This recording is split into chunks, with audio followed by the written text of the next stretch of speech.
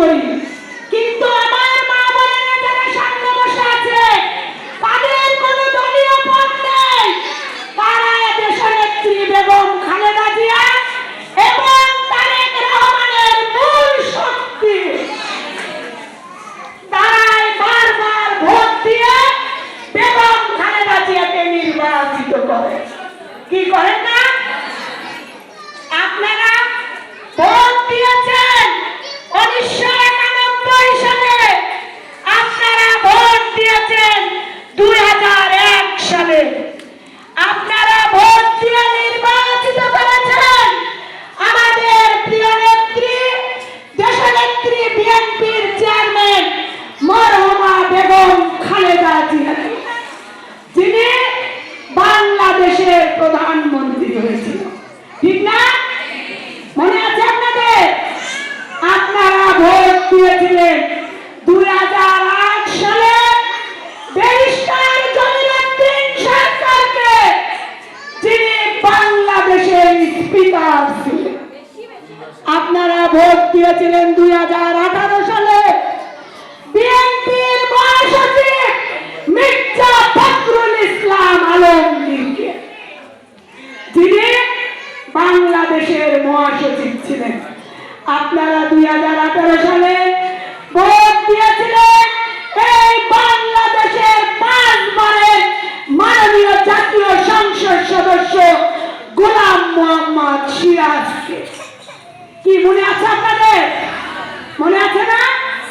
তাহলে এই বগুড়ার মানুষ যাদেরকে ভোট দিয়ে নির্বাচিত করেছে, সেই মানুষগুলি বাংলাদেশের উচ্চ পর্যায়ের একজন করে মানুষ। কি ঠিক বলছি তো? ফেব্রুয়ারি আমরা কাকে ভোট দিতে যাচ্ছি বলেন তো? আমরা কাকে ভোট দেব? আমরা কাকে ভোট দেব? তারেক রহমানকে আমরা ভোট দেব ধানের শীষ প্রতীকে। তারেক রহমানকে, তারেক রহমান শহীদ রাষ্ট্রপতি জিয়াউর রহমান, তারেক রহমান বাংলাদেশের সকল 3 বারের প্রধানমন্ত্রী বেগম খালেদা জিয়ার বড় সন্তান, যিনি বিএনপির চেয়ারম্যান। সারা বাংলাদেশের মানুষ ভোট দেবে, এমপি নির্বাচিত হবে।